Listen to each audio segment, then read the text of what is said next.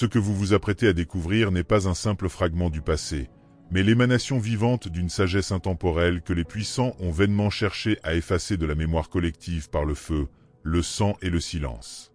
C'est une connaissance si pure, si transformatrice, qu'elle fut déclarée hérésie et pourchassée avec une fureur inouïe, jusqu'à réduire en cendres ceux qui l'incarnaient. Pourtant, malgré la violence de cette tentative d'oubli, une étincelle s'est transmise, infime mais indestructible, conservée dans l'éther du temps. Aujourd'hui, cette étincelle redevient flamme. Ce que vous entendrez ici, c'est le chant discret mais irrépressible d'une vérité trop longtemps refoulée.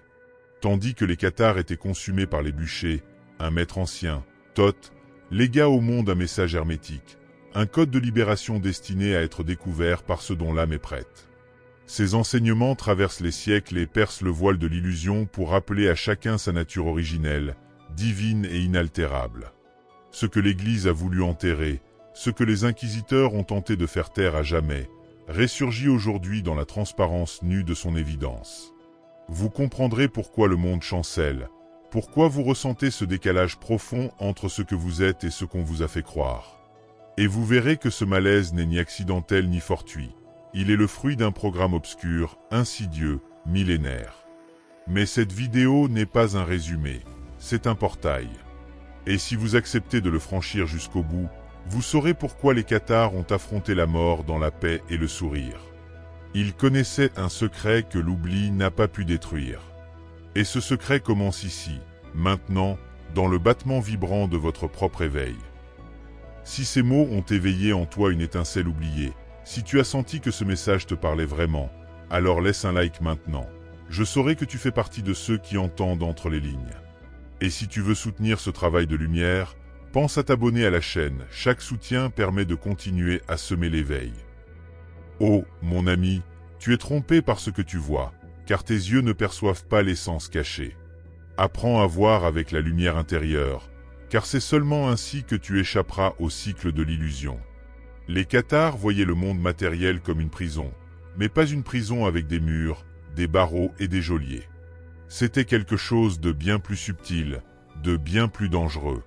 C'était une prison de forme, de chair, de temps, de répétition, un cycle sans fin de naissance, de douleur, d'attachement, de mort et de naissance. Un jeu soigneusement conçu pour paraître réel, mais au fond, c'était une illusion sophistiquée. Et le créateur de ce jeu, un architecte sombre, un être qui n'était pas Dieu, mais qui désirait désespérément être traité comme tel. Cet être, dans la vision cathare, était un forgeur du sacré, un imitateur, un ingénieur cosmique qui construisit le monde matériel comme une cage dorée remplie de désirs, de plaisirs et de règles. Tout cela pour maintenir l'âme distraite, fragmentée, amnésique. Les cathares l'appelaient le démiurge, un nom ancien hérité des premiers gnostiques, un archétype présent dans presque toutes les traditions de sagesse, un imposteur qui se cache derrière des doctrines, des institutions et des dogmes pour paraître divin, mais qui se nourrit de l'ignorance spirituelle des êtres humains.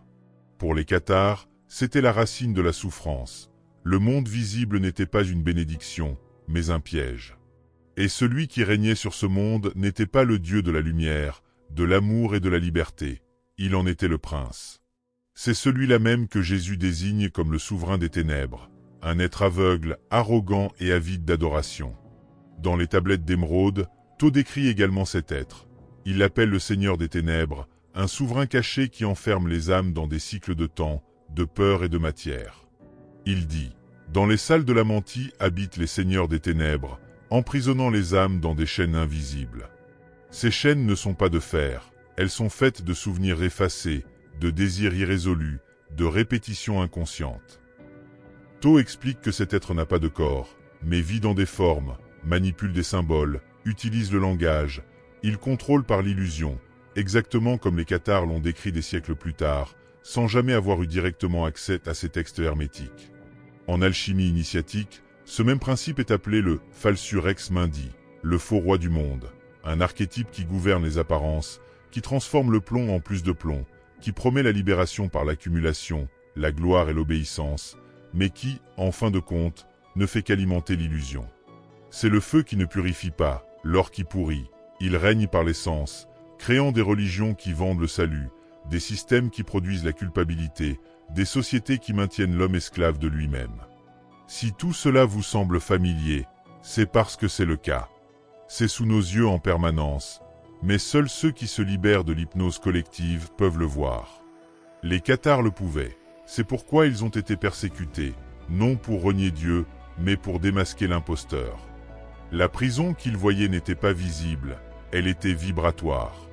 Un champ d'énergie dense où chaque être humain naît déjà sous l'emprise de l'oubli et grandit en croyant que la douleur, la compétition, la pénurie et le contrôle sont naturels, alors qu'en réalité, ils ne sont que les symptômes d'une réalité manipulée. Les enseignements de Tho le rendent encore plus clair. Il n'utilisait pas le terme de démiurge, mais parlait des forces qui opèrent dans l'invisible pour maintenir les humains dans l'ignorance. Il disait « Fuyez les ténèbres, recherchez toujours la lumière. Et lorsque vous la trouverez, vous ne serez plus esclave. » C'est une déclaration directe, un rappel, car pour échapper à la prison, il faut d'abord savoir qu'elle existe.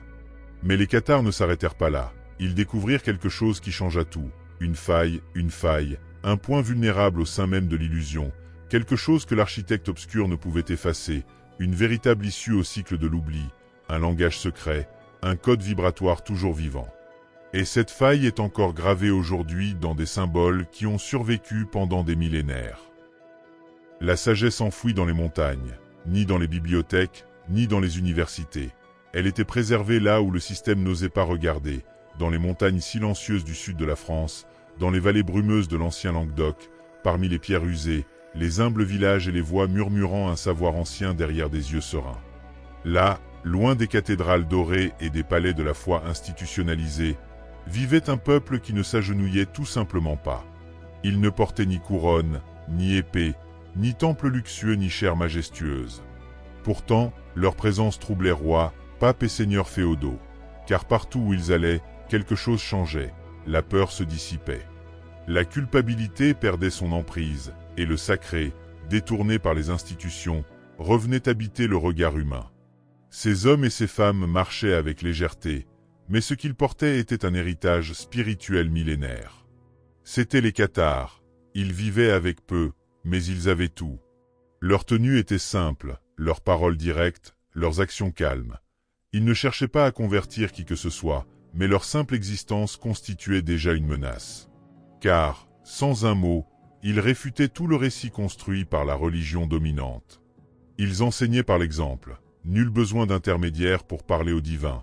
Nul besoin de payer pour le pardon, nul besoin d'avoir peur pour aimer, et cela démontait toute l'histoire. Le monde a qualifié cela d'hérésie, mais ce qu'il faisait, au fond, c'était se souvenir. Il se souvenait, tout simplement. Il n'inventait rien, il renouait simplement avec une vérité enfouie non seulement sous le sol des montagnes, mais au plus profond du cœur humain. Une vérité que les anciens maîtres connaissaient déjà, que Tho avait déjà consignée, qu'Hermès Trismégiste avait codifié dans ses dialogues, et que les alchimistes protégeaient de sceaux et de métaphores. Tho disait, avant que l'homme puisse s'élever vers la lumière, il doit d'abord apaiser le bruit de l'esprit et faire taire le cri de l'ego. C'était la première étape de l'initiation, le retour au point zéro, au vide sacré. Le même principe de l'alchimie initiatique connu sous le nom de solve, le vide. Il est nécessaire de dissoudre l'ancien, de se libérer des attachements et de purifier les structures internes pour qu'une véritable transformation puisse s'amorcer. Les cathares mettaient cela en pratique et vivaient le « solve », non pas comme un rituel extérieur, mais comme un mode de vie. Ils jeûnaient non par dogme, mais parce qu'ils savaient qu'un corps de lumière aide l'âme à écouter.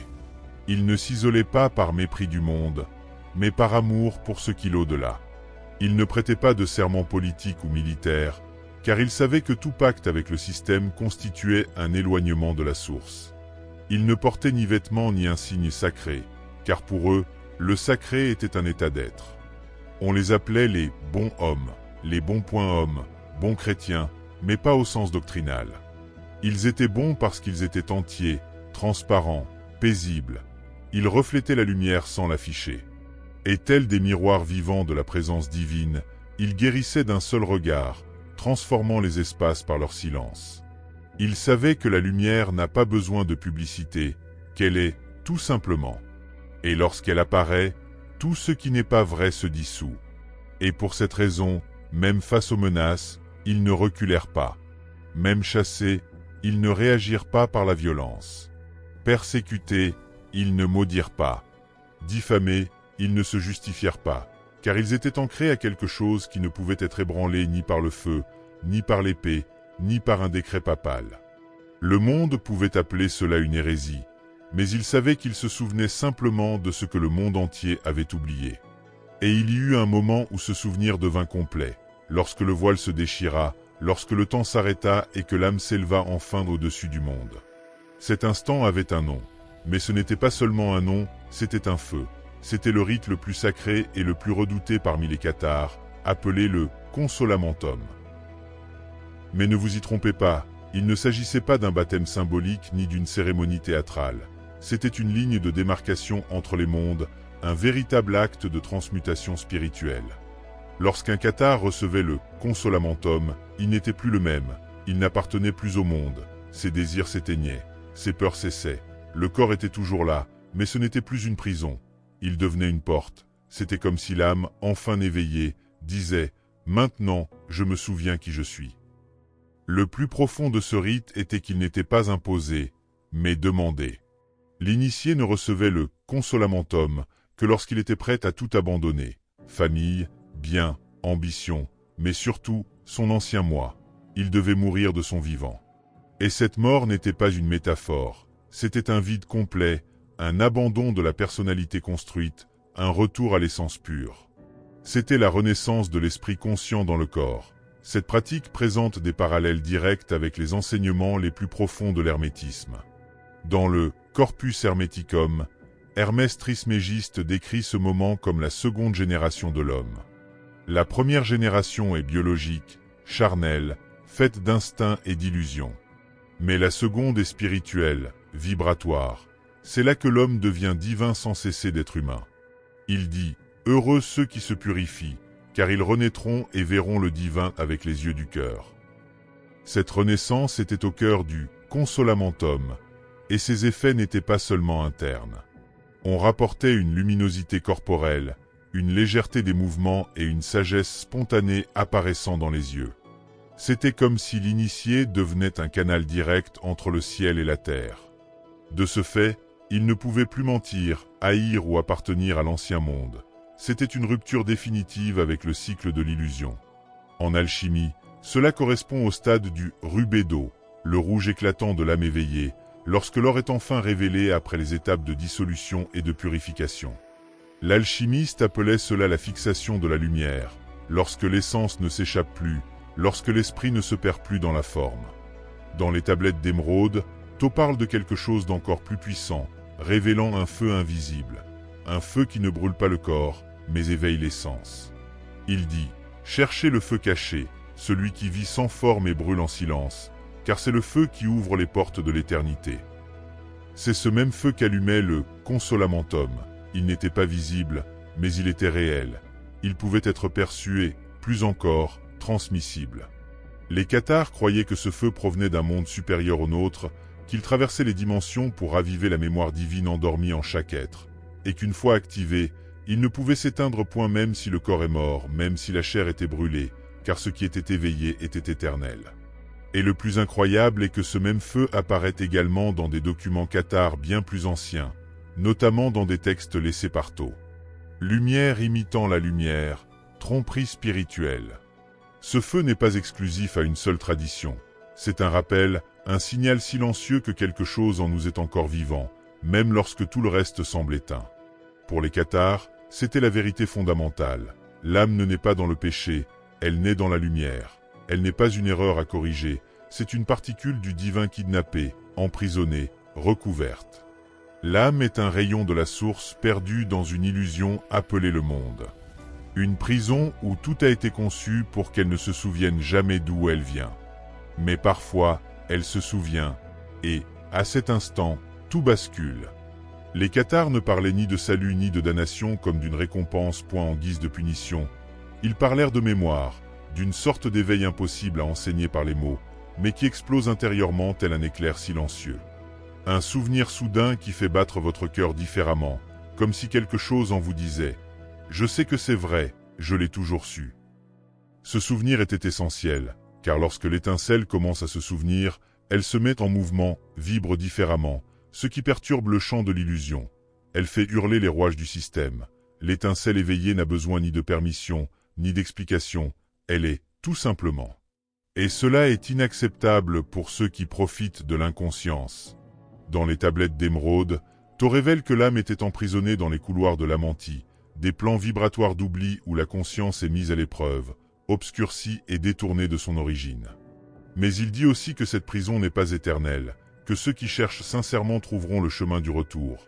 Il est dit, « En toi réside la lumière éternelle, mais pour la trouver, tu dois regarder en toi-même et traverser le voile des ombres. » C'est exactement ce que faisaient les cathares, non pas avec des rituels extérieurs, mais avec un mode de vie qui entretenait cette étincelle. Ils n'établissaient pas de règles, ils instauraient le silence. Ils ne construisaient pas de temples, ils élevaient les états de conscience. Ils n'enseignaient pas de formules, ils enseignaient la présence. Et cette présence permettait à l'âme, petit à petit, de commencer à dissoudre la prison qui l'entourait. L'alchimie initiatique décrit cela comme la révélation de l'or intérieur. Un or qui a toujours été là, mais recouvert de couches de plomb psychique. Peur, attachement, vanité, hâte, honte, tout cela s'accumule comme la rouille spirituelle. Mais le véritable initié ne cherche pas à briller extérieurement.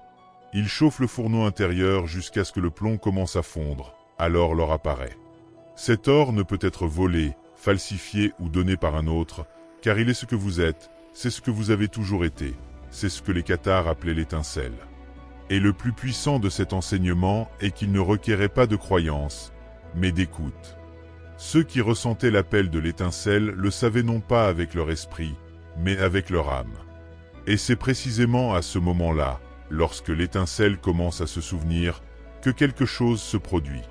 Un mouvement invisible s'amorce autour d'elle, comme si des forces cachées, autrefois endormies, pressentaient le risque, car une âme éveillée en réveille d'autres. Et lorsque cela se produit, tout le jeu s'écroule. Et lorsque l'étincelle commence à se souvenir, des forces invisibles interviennent pour l'empêcher de retourner à la lumière. Ces forces n'apparaissent ni en hurlant ni enchaînées. Elles arrivent déguisées, murmurant des demi-vérités, offrant du réconfort en échange de la soumission, promettant le salut si l'on obéit sans poser de questions, louant la vertu pourvu que l'on s'incline. Le plus dangereux dans la tromperie spirituelle, c'est qu'elle ne ressemble pas à l'obscurité, elle brille. Mais cette brillance est un piège. Les cathares le savaient. Ils savaient que toute lumière n'est pas vraie, qu'il existe des intelligences spirituelles qui limitent, mais servent le contrôle, la culpabilité et la paralysie intérieure. Ce sont des forces qui se nourrissent d'obéissance aveugle, de répétition mécanique, de peur déguisée en foi.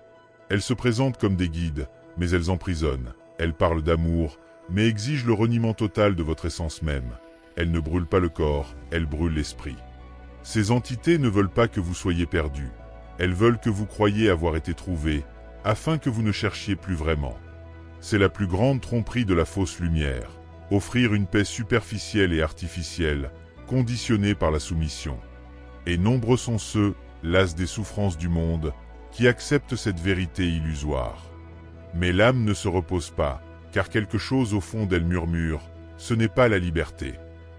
Dans le Corpus Hermeticum, Hermès Trismégiste parle clairement de ces archontes, des êtres subtils, invisibles à l'œil nu, mais présents dans les couches vibratoires de l'esprit humain.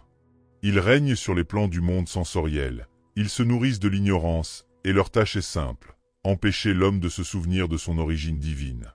Ils sèment la confusion, divisent, créent des chemins spirituels remplis de rituels, de paroles difficiles et de hiérarchies, tout cela pour maintenir l'âme occupée, fatiguée et éloignée de l'essentiel. En alchimie initiatique, ce phénomène est appelé feu impur.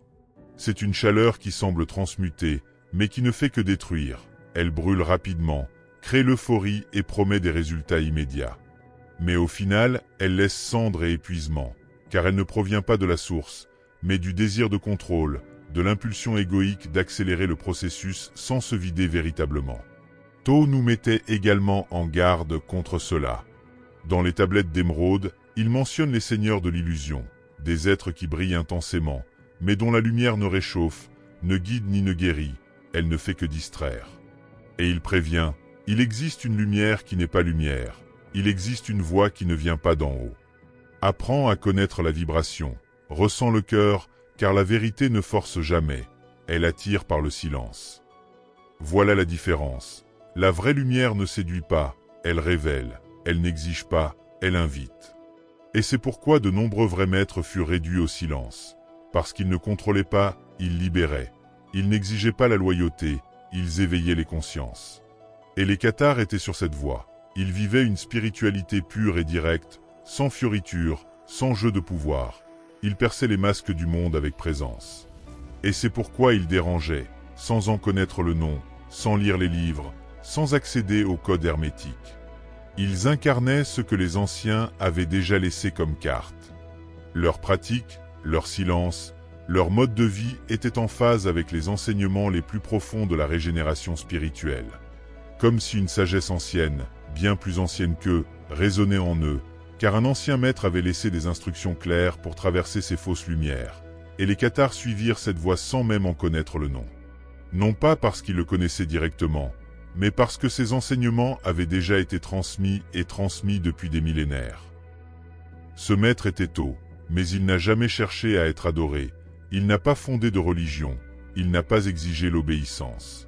Tho a simplement consigné, il a gravé dans la pierre ce qui ne peut être lu qu'avec un cœur éveillé. Ces enseignements ne s'adressaient pas aux masses, ils étaient destinés à ceux qui un jour oseraient l'entendre, et ce jour revient. Tho disait que la vérité n'a pas besoin d'être criée, que le silence pur a plus de pouvoir que 1000 voix confuses, que la parole n'est vraiment parole que lorsqu'elle n'est pure, sans interférence, sans désir de contrôle. Pour lui, la parole n'était pas une simple parole ordinaire, c'était un son sacré, une impulsion vibratoire qui résonnait dans tout le corps et traversait le temps. C'était comme un code, non pas à traduire, mais à activer. Il l'appelait la clé qui contrôle la matière, et c'est là que tout se connecte. Les cathares, des siècles plus tard, n'ont jamais étudié Tho, mais ils ont suivi la même voie. Ils ont rejeté les temples, ils ont rejeté les idoles, ils ont rejeté les discours préparés. Et ils commencèrent à ressentir, à vibrer, à vivre en pleine conscience. Ils découvrirent par la pratique que la vérité n'est ni au-dessus ni à l'extérieur, mais à l'intérieur. Tho disait, le feu de l'éveil habite la chambre secrète de l'homme. Lorsque la parole sacrée est prononcée au bon moment et avec une pureté absolue, ce feu s'allume et le corps vibre différemment. L'âme s'éveille, l'illusion commence à se dissiper. Et cette parole ne se lit pas, elle se mémorise. L'hermétisme parle précisément de cela. Un son primordial qui ne s'apprend pas mais se reconnaît, qui sommeille dans le sang, attendant un geste, un silence, une présence. Et lorsque cette parole est activée, non seulement elle informe, mais elle transforme, elle dissout le temps, elle brûle les couches qui recouvrent leur intérieur. C'est le même feu du consolamentum, la transmutation qui ne vient pas de l'extérieur mais du contact direct avec l'origine. Et maintenant, cet enseignement, autrefois scellé par le feu et le silence, recommence à vibrer, non pas dans les livres, mais en vous, car tout commence dans le corps. Les cathares le savaient, ils ne bâtissaient pas d'église, ils bâtissaient une présence. Pour eux, le corps était la seule cathédrale indestructible par les soldats ou les décrets, car il était invisible et pourtant réel.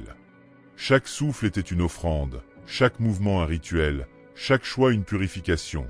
Il ne parlait pas de salut, mais de vibration. Tho faisait de même. Dans les tablettes d'émeraude, il décrit cette chambre intérieure accessible uniquement par le son, la fréquence et l'alignement du corps et de l'esprit. Le corps n'était pas perçu comme un fardeau. C'était un pont, un vaisseau sacré où l'âme pouvait se souvenir de ce qu'elle est et de ce qu'elle était venue accomplir. L'alchimie appelait cela l'œuvre du blanc, moment où l'initié se vidait de ses croyances, de ses dogmes, souvenirs déformés, l'instant où l'ego ne contrôle plus la parole, et alors la parole devient un ordre. Non pas un ordre extérieur, mais un codage énergétique qui façonne le champ environnant. Car lorsque la fréquence interne est cohérente, le monde répond et la parole devient réelle. C'est dans cet état que le corps vibre comme l'esprit, et l'esprit palpite dans la chair sans se perdre. C'est là que la parole de Tho rencontre le silence des cathares. Et il existe un point dans votre corps où la parole de Tho et le silence des cathares se rencontrent, et il est prêt à être réactivé. Vous êtes la vérité qu'ils ont protégée par leur mort, Et il existe un point dans votre corps où la parole de Tho et le silence des cathares se rencontrent, et il est prêt à être réactivé. Car lorsque ce point s'illumine, l'illusion commence à se dissoudre, non pas de l'extérieur vers l'intérieur, mais comme une brume s'évaporant au contact du soleil. Et ce que nous appelions autrefois la réalité se révèle comme une couche. Les cathares connaissaient, pour eux, la fin de l'Allemonde n'était pas une tragédie, c'était une révélation. C'était le moment où le voile allait se déchirer, où la lumière rassemblerait ses parties, non par la destruction, mais par le retour de la clarté. La matière n'était pas mauvaise, elle n'était que condensée d'oubli. Le corps, le temps, la chair, tout était symbolique, tout était temporaire, la véritable fin était l'éveil. Tho appelait cela le retour à la lumière unique, un état où le temps ne se divise plus, où l'identité n'est plus une attente, où la parole est si silencieuse qu'elle se confond avec la lumière. En hermétisme, on appelle cela le retour à l'un, la fin de la multiplicité illusoire, la réintégration de l'être à sa source, un moment où le chercheur découvre qu'il n'a jamais été séparé, que la chute était un rêve et que l'ascension n'est que l'ouverture des yeux. En alchimie initiatique, c'est la pierre philosophale, non pas une substance, mais un état d'être. Quand l'or intérieur reconnaît enfin qu'il était or depuis le commencement, mais qu'il a dû traverser le plomb, endurer le feu, se dissoudre pour se souvenir de qui il était. Et une fois ce portail franchi, le souvenir devient irréversible, et rien, pas même le monde, ne peut l'emprisonner à nouveau. C'est à cet instant que l'on comprend ce qui s'est réellement passé. Les cathares n'ont pas été vaincus, ils étaient des semences. On les a qualifiés d'hérétiques. Ils ont été persécutés, réduits au silence, brûlés. Mais ce qu'ils portaient ne pouvait s'enflammer, car ce n'était pas un mot, c'était une vibration. C'était la vérité à l'état pur, non pas écrite dans des livres, mais tatouée dans l'esprit. Tho a écrit « La lumière ne peut s'éteindre, seulement s'oublier ». Et c'est pourquoi ils sont morts paisiblement, parce qu'ils savaient qu'un jour, quelque part dans le temps, quelqu'un se souviendrait. Quelqu'un ressentirait la vibration silencieuse de tout cela et répondrait, non par la haine, non par la guerre, mais par la présence. Et maintenant, ce quelqu'un, c'est vous. L'hermétisme est clair. Savoir ne suffit pas, il faut l'incarner. Autrement dit, la vérité ne vous change pas parce que vous la lisez, elle vous change lorsque vous la devenez. Quand chacun de vos gestes devient un rappel vivant de l'indicible. Et l'alchimie ajoute, l'or véritable ne brille pas, il transforme. Vous n'avez pas besoin de répéter ce que les cathares ont fait ni de vivre ce que Tho a vécu, mais vous pouvez poursuivre ce qu'ils ont commencé. Vous pouvez être une flamme dans un monde endormi, la lumière qui n'impose pas mais invite, la mémoire qui s'éveille sans violence, la torche qui brûle, mais seulement ce qui n'est plus nécessaire. Maintenant, la torche est avec vous. Le feu qu'ils ont tenté d'éteindre a été ravivé dans votre conscience.